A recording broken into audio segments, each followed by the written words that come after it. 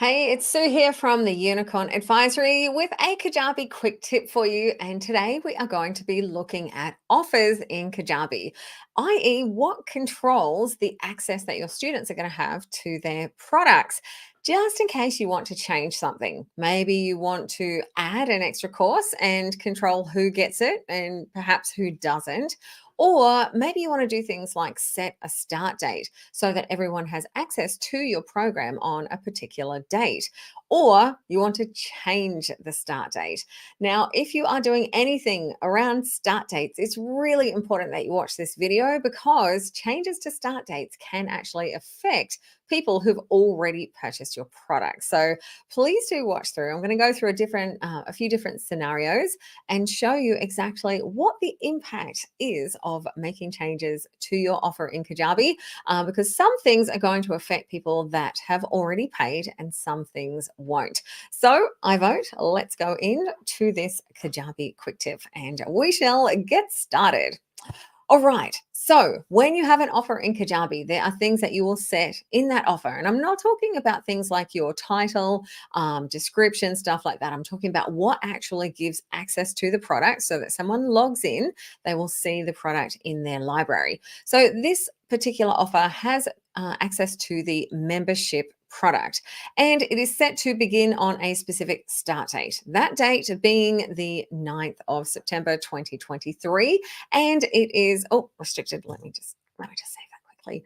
um, it is restricted to 30 days of access. So, what happens if you want to change that start date or you want to change the number of days that that course or the membership is available for? Well, if someone has already purchased this offer, so if you have made a sale on this offer and you change this start date, it is not going to change for that particular customer. The same thing, if you change the number of days that this offer is available for and someone has already purchased, it is not going to make the change. It is only going to make the change around this access, the limits for people who purchase the offer, for anyone who purchases the offer for this point going forward. So, anyone who has already purchased, you will need to go and do manual updates one by one, which I know is a bit of a pain in the bum. So, if you want to have any kind of restrictions, start dates, things like that, please do make sure that you've got those set up before you start selling, especially if you are wanting to change things around access.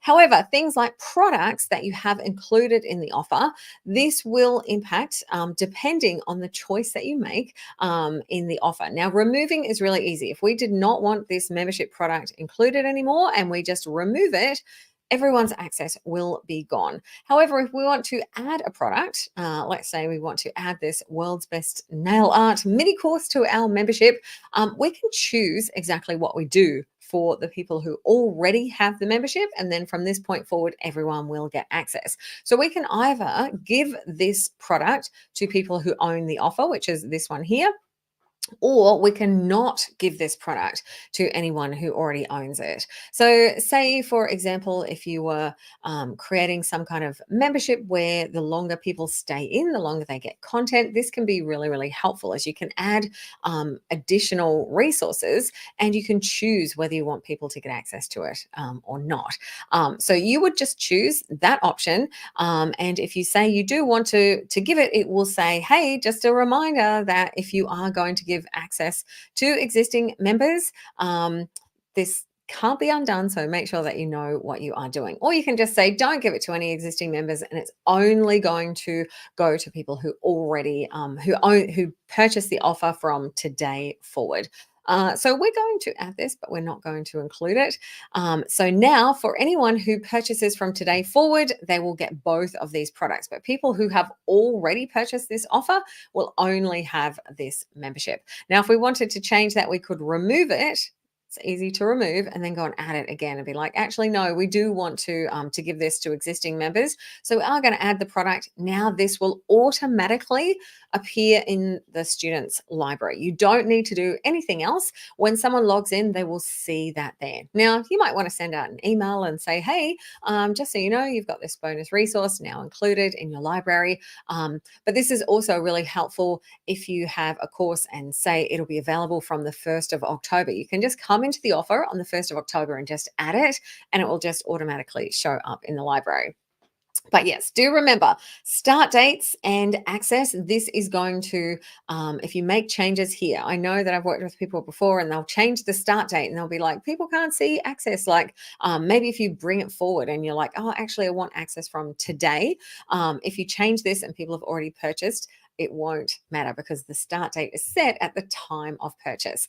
And something else as well to consider with your start date if you have a product and it includes any dripped content, if you have a start date set in here, that will be the start date for the dripped content. So if you don't want that to happen, just make sure that you are bearing that in mind when you are choosing the start date. If you do not have a start date set, if there is nothing in here, it will begin, the dripped content will begin as soon as they purchase. So the purchase date will be the start date. So, hopefully, that is helpful, gives you a few tips and tricks and things to consider when you are making changes. One last thing in terms of making changes if you have automations set up on your offer, and you make changes to those automations, once again, it is only going to apply from today forward. So, anyone who already has that offer, if you add an automation here, it is not going to retroactively apply that to people who already have the offer. So, if you're doing things like subscribing to an email sequence, you may need to go and do that manually under your contacts to everyone who owns the offer, is just to make sure that they are subscribed to the sequence, because any changes that you make in this area in your automations is going to apply from today forward.